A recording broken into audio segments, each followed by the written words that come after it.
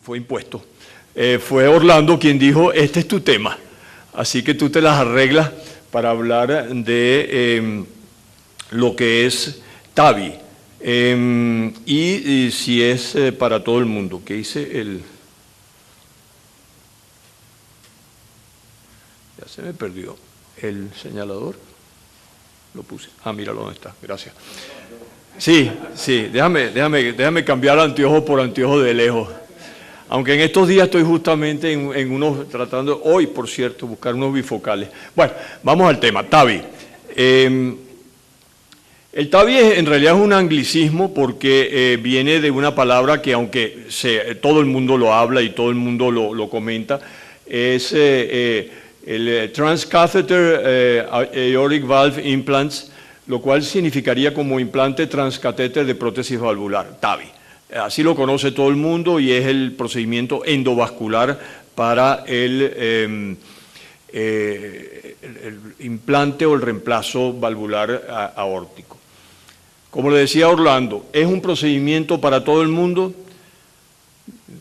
Cuando habla un intervencionista, por supuesto, van a pensar que la respuesta va a ser sí, pero sería muy tonto y sería una tontería decirlo. No, no lo es para todo el mundo y las razones son múltiples y eso es lo que justamente vamos a hablar en estos próximos 20 minutos. La patología valvular aórtica quizás es de las patologías valvulares la más conocida, la más estudiada, fácilmente deducible, estratificable, saber cuál es la gravedad cuando un paciente tiene una estenosis valvular aórtica severa, del punto de vista anatómico, semiológico, radiológico, electrocardiográfico y sobre todo hoy en día ecocardiográfico, lo cual nos permite tener un conocimiento muy amplio de lo que es la estenosis valvular aórtica y cómo va pasando en su forma degenerativa de una esclerosis con calcificación leve hasta que llega a una estenosis severa, una estenosis calcificada, con una altísima prevalencia hoy en día. Claro, a medida que los pacientes, el público va llegando a edades mayores, fíjense cómo va aumentando a medida que la vejez va incrementando y ya más de 4% de las personas mayores de 85 años tienen una estenosis valvular aórtica severa que se puede mantener por muchísimos años en una forma pausada, asintomática y de pronto hace crisis y vienen los síntomas y la alta mortalidad. Alta mortalidad que se refleja porque muy pocos pacientes pasan más de 2-3 años sin tener algún evento por una estenosis valvular aórtica severa y fíjense cómo al cabo de unos 6 años prácticamente todos han tenido o angina o insuficiencia cardíaca o síncope o algún evento. Y esto es fácilmente estratificable por inclusive ecocardiograma viendo el grado de estenosis aórtica que aumenta el grado de problemas. No hay duda que la cirugía cambió todo esto. Los pacientes, si comparamos los pacientes con y sin cirugía de reemplazo valvular aórtico, fíjense cómo la mortalidad al cabo de unos 6 años, de 5 años, es muchísimo mayor, o la sobrevida de estos pacientes comparado con los que recibieron un reemplazo valvular aórtico. Esto cambió radicalmente todo. Sin embargo, no nos tenemos que ir muy atrás. En los años 50, estamos hablando de unos 60 años atrás, algunos de nosotros ya habíamos nacido, el paciente que tenía estenosis aórtica no era solucionable, se morían porque no había manera de operarlos todavía. O sea que esto es, digamos, más o menos reciente, no es algo que lleva muchísimo tiempo que se ha podido implementar. Sin embargo, año tras año, década tras década, la mortalidad quirúrgica ha disminuido y en este estudio de más de 100.000 pacientes pueden verse cómo en una década, del 96 al 2006, la mortalidad quirúrgica llegó a bajar hasta un 2.3%, sobre todo bajando en los que tenían mayor edad, Si vemos acá en esta figura, véanse cómo la mortalidad entre el 97 y el 2006 bajó sobre todo en los pacientes que llegaban por encima de los 85 años. Ahora, ¿por qué todos estos pacientes no se operan? Todavía, a pesar de toda la tecnología, hay muchos pacientes que tienen estenosis aórtica severa. Bueno, no se operan por múltiples razones que ustedes pueden ver acá. La edad, las comorbilidades, los riesgos quirúrgicos elevados en alguno de ellos, rechazos por el paciente. ¿Qué paciente, o sea, cuánto cuesta convencer a un paciente asintomático con estenosis aórtica en que se opere y se haga un reemplazo valvular? Abrir el pecho, terapia intensiva, etcétera, etcétera. No es sencillo y esto ha hecho que esto se haya atrasado mucho.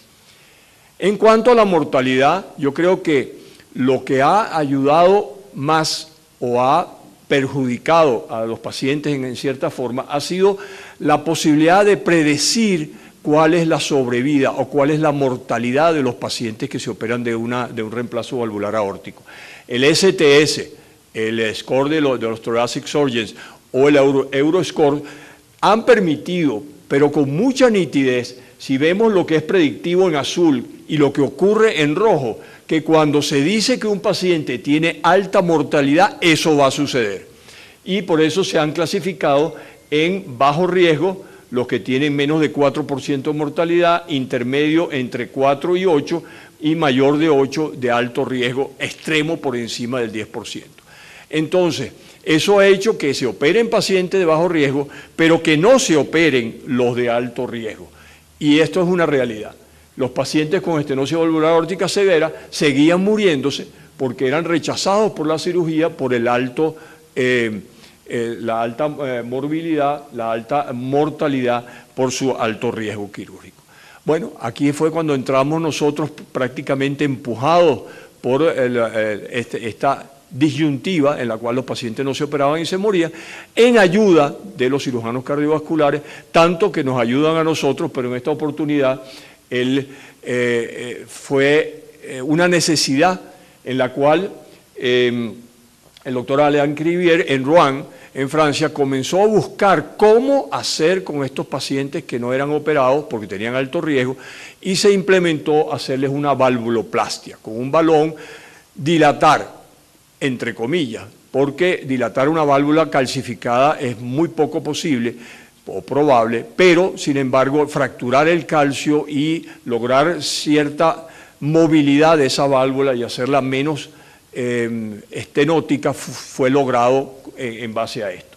En el año 1985, Alain Crivier hizo la primera valvuloplastia aórtica en un paciente con estenosis seria, muy paliativo, como pueden ver, el índice de restenosis a los 6 meses ya era más del 50%, muy pocos pacientes, un cuarto tenían todavía una clase funcional adecuada después de un año, por lo tanto esto era muy paliativo.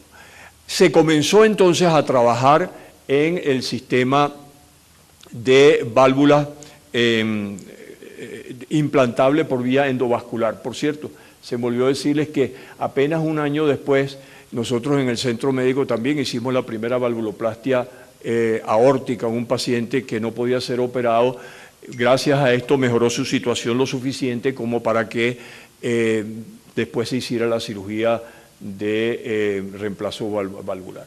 Pues le decía que Crivier 20 años estuvo buscando a través de propias compañías que fundó, la ayuda de otros, y finalmente junto con Edwards se logró la válvula Crivier-Edwards o Edwards-Crivier, y fue por primera vez implantada en un paciente rechazado de cirugía de altísimo riesgo y que fue hecho el 16 de abril del año 2002, lo cual comenzó esta era de la válvula endovascular.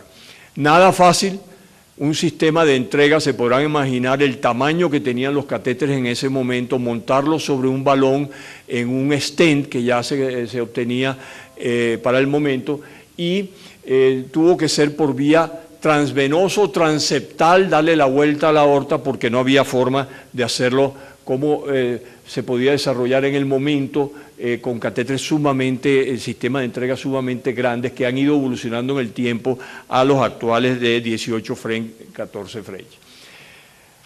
Varias válvulas se implementaron en el momento junto con la de Crivier-Edwards.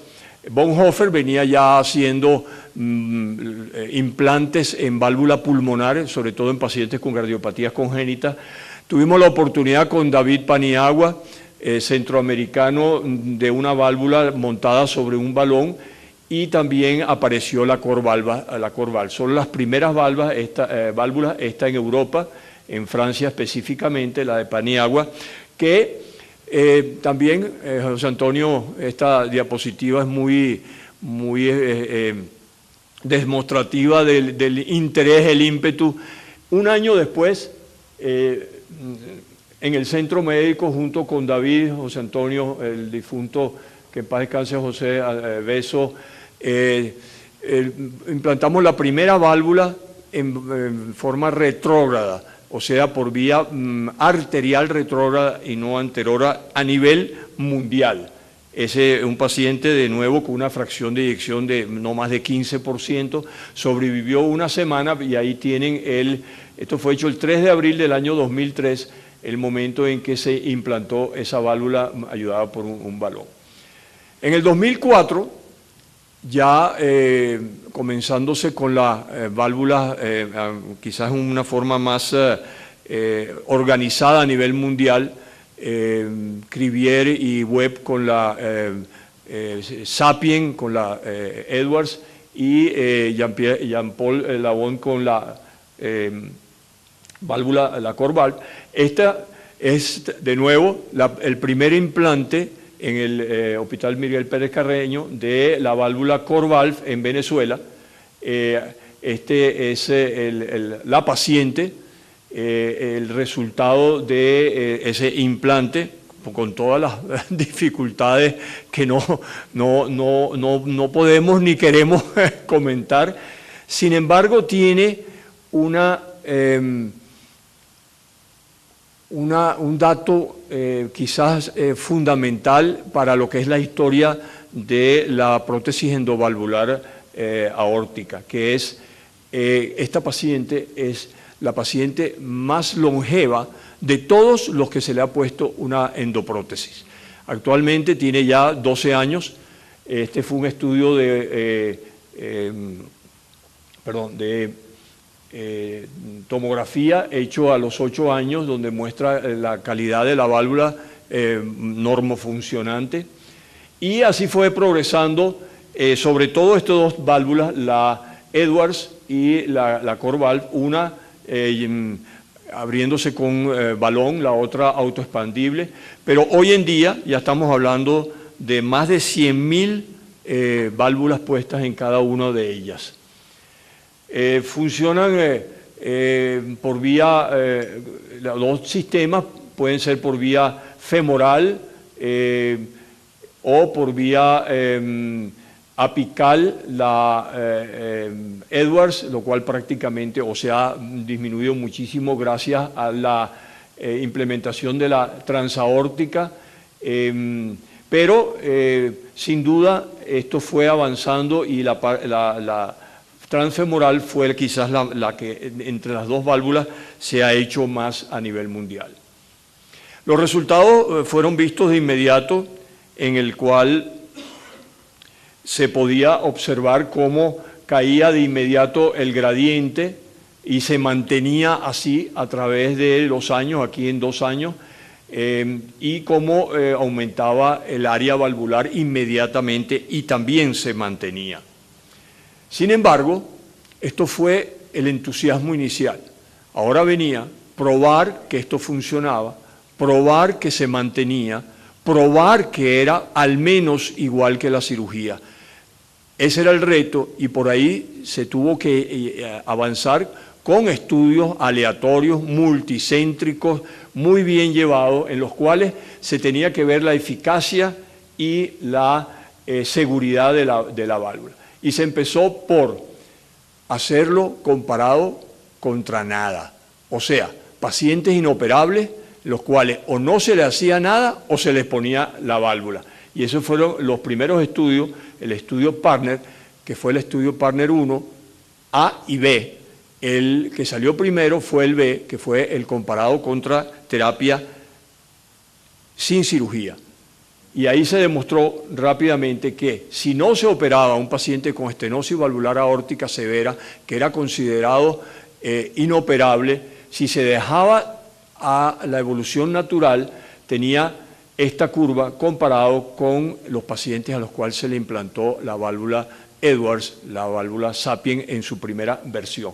Un 61% menos de mortalidad en estos pacientes al año y se mantenía a los 2 años. Ese fue el Partner B que salió antes del A y en el cual en la publicación en el New England Journal of Medicine en el año 2010 se llegó a decir que en base a los hallazgos y a la mortalidad que el estándar del tratamiento de los pacientes no operables de estenosis valvular aórtica era el implante endovascular de la válvula. Lo mismo sucedió con el Partner 1A, en el cual se comparó con cirugía y los resultados fueron exactamente iguales. La mortalidad al cabo de 1 o 2 años fue similar para tanto el endovascular como para la cirugía. Lo mismo se tuvo que hacer con la CoreValve. El primer estudio, el estudio de factibilidad, era con respecto a lo que pasaría en implante de válvula endovascular comparado con los pacientes, lo que se esperaba la mortalidad sin cirugía. El resultado fue notorio. Había que mejorar 43% de mortalidad a los 12 meses y la mortalidad fue apenas de 25%. Estamos hablando de nuevo de pacientes inoperables. Cuando se llegó al Partner 2, el Partner 2 lo que hizo ahora fue, comprobamos que la mortalidad fue similar en los altos riesgos, vámonos a los de riesgo intermedio, estamos hablando de un STS entre 4 y 8% de mortalidad. De nuevo el resultado a los 12 meses fue una menor mortalidad en los pacientes con la terapia endovascular comparado con los del reemplazo valvular. Esto fue publicado reciente, en abril de este año, en el New England Journal of Medicine, y la demostración mayor fue la mejor sobrevida de los pacientes cuando se hacía sobre todo por vía transfemoral. Y esto ha resultado ahora el estándar del implante endovascular de la válvula aórtica por vía transfemoral por tener notoriamente una mortalidad y una morbilidad menor que la cirugía. Lo mismo se demostró con la CoreValve, los estudios de riesgo intermedio, como la mortalidad menor al cabo de un tiempo. Y si se toman en cuenta los Partner 1, o sea, los de alto riesgo a 5 años, comparando cirugía con terapia endovascular, el Partner 2 en riesgo intermedio y sobre todo cuando se utiliza en riesgo intermedio la vía femoral, como el resultado endovascular es mejor. Entonces, ¿cuándo es alto riesgo? ¿Cuándo es riesgo intermedio? ¿Cuánto es bajo riesgo? Bueno, lo hemos definido, menos del 4% es bajo riesgo, de 4 a 8 es intermedio y de más de 8 es alto riesgo. Nos quedamos solamente con lo de alto riesgo o riesgo intermedio. Bueno, la diferencia entre riesgo bajo y riesgo intermedio no es tampoco tanta. Un paciente de 76 años que no tenga comorbilidades es de bajo riesgo, porque tiene una mortalidad de STS de un 2%. Ese paciente a los 86, sin tener comorbilidad, es de moderado riesgo. Entonces, ¿por qué cuando hablamos de bajo riesgo o alto riesgo? El estudio que vino era lógico.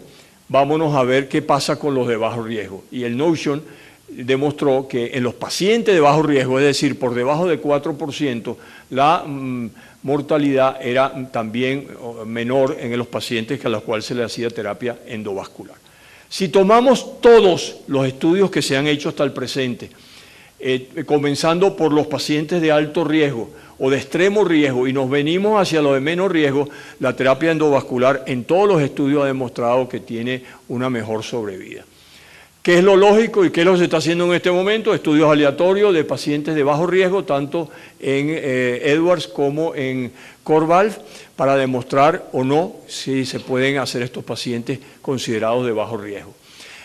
En la práctica real, ¿qué ha sucedido? Ya hemos visto que tenemos buenos resultados con los pacientes, por lo tanto, muchos centros, y aquí le estoy mostrando este registro de Alemania, en el cual ya un 10% de los pacientes que se les practica terapia endovascular para implante de válvula aórtica son de bajo riesgo. Claro, los más altos siguen siendo los de alto riesgo, riesgo intermedio, pero todas las prácticas tienen algunos pacientes de bajo riesgo.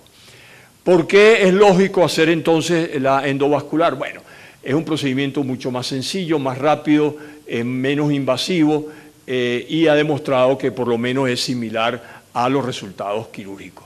El resultado quirúrgico adecuado, bueno, pero requiere cirugía, requiere abrir el tórax, requiere rehabilitación comparado con lo que se haya llegado hoy en día, que puede ser con sedación, con anestesia local, con percutáneo y con una alta mucho más temprana. Entonces, es lo lógico de decir sí, es para muchos pacientes. Sin embargo, quedan algunos asuntos para resolver. ¿Cuáles?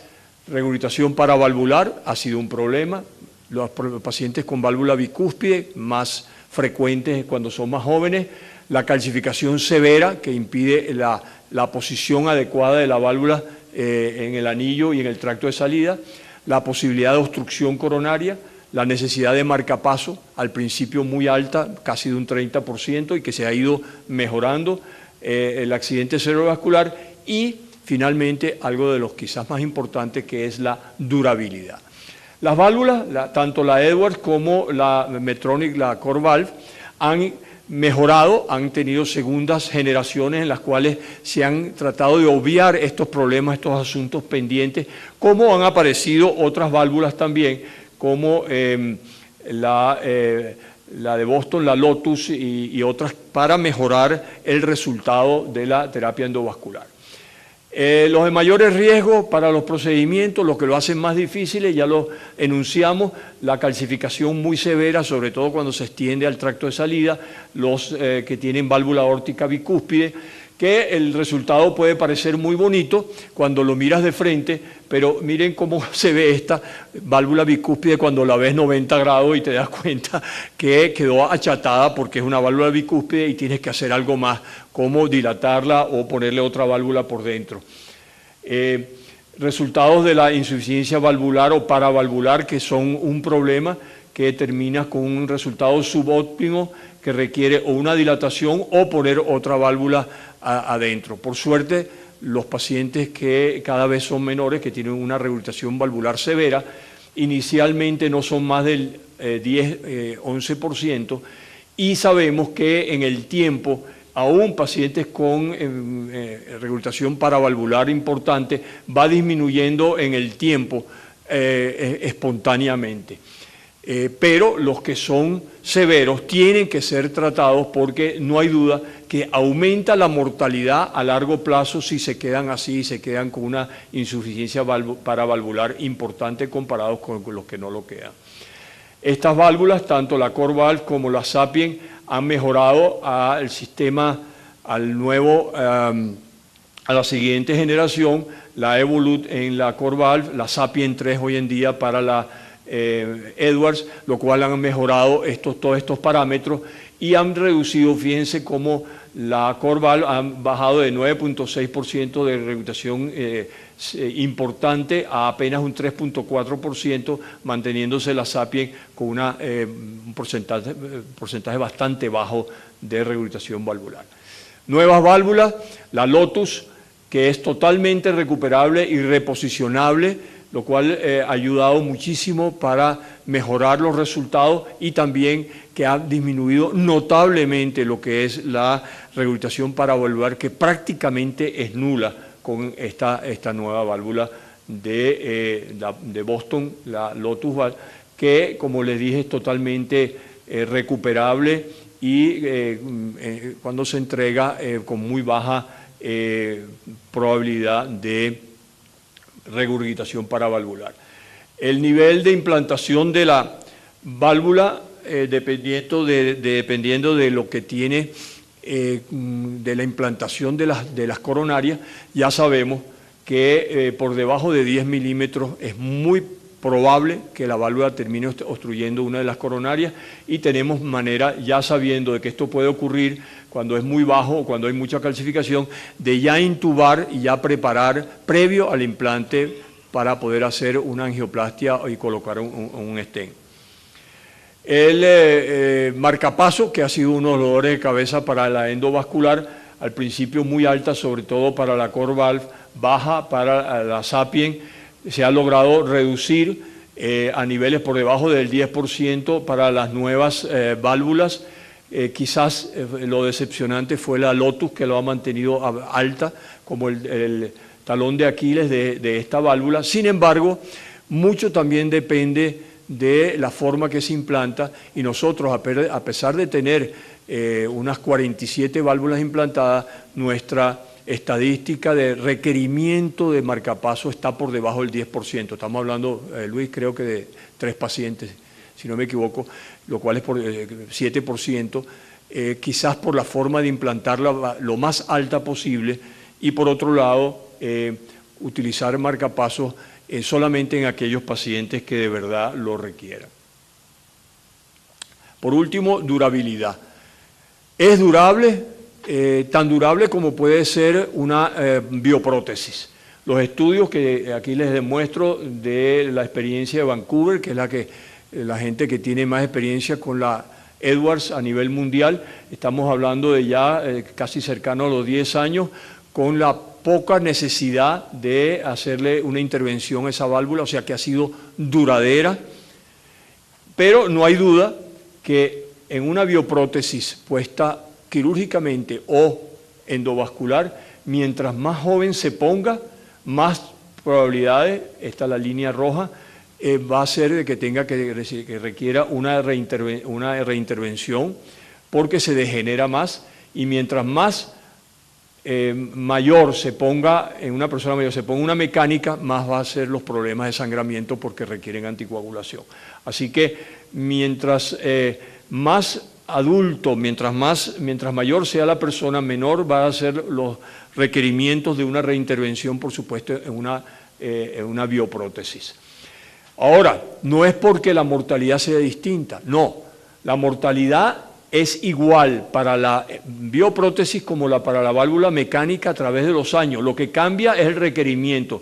Aquí la línea sólida abajo expresa la baja necesidad de hacerle algo a una prótesis mecánica en el tiempo comparado con los 9, 12 años que dura una bioprótesis. Sin embargo, la mortalidad sigue siendo igual, pero requiere una intervención. Intervención que hoy en día hemos podido hacer con lo que llamamos valve-in-valve, colocar una válvula dentro de una bioprótesis, tanto sea una bioprótesis quirúrgica como una prótesis endovascular, y con eso solucionar el problema degenerativo que puede ocurrir en el tiempo. Tanto así que se están haciendo bioprótesis ya quirúrgicas para poder utilizar en el futuro una endoprótesis, porque es expandible a nivel del anillo. ¿Esto qué ha hecho? Que ha llevado a que cada vez se pongan más válvulas por vía endovascular a nivel mundial. El año pasado 71.000, se espera para el año 2025 un nivel muchísimo más alto, y por eso llegamos de nuevo a la pregunta inicial. ¿Es para todo el mundo? No. Ni es para todos los pacientes, ni es para todos los médicos. Se necesita un entrenamiento. Poner la válvula quizás sea lo más fácil de aprender. Lo importante es tener el conocimiento, el equipo médico de cirujanos y cardiólogos intervencionistas que puedan resolver los pequeños problemas, las pequeñas complicaciones que pueden haber, que van a existir, pero que pueden ser importantes si no se saben solucionar. Esto lo tomé del último Eurointervention, como por lo que puede parecer una válvula que bien implantada, que ya se terminó todo, terminó en un desastre porque hubo problemas de conducción. Un marcapaso, con el marcapaso se produjo un neumotórax, que fue un problema y hubo que hacerle un drenaje. Poner el marcapaso produjo una perforación a nivel del ventrículo, eso llevó a un hemopericardio que requirió una punción pericárdica que se introdujo un catéter. Este catéter terminó en la cava inferior en vez de en el pericardio y el paciente terminó muerto. Así que todas las complicaciones son posibles, es un procedimiento de bajo riesgo, pero hay que estar preparado para las complicaciones. En mi opinión, hoy en día, es el procedimiento de elección en todos los pacientes por encima de los 70 años de edad. ¿Por qué? Porque la mayoría pueden recibir una prótesis biológica y por lo tanto pueden recibir una TAVI. Es el procedimiento de elección a cualquier edad que amerite una bioprótesis.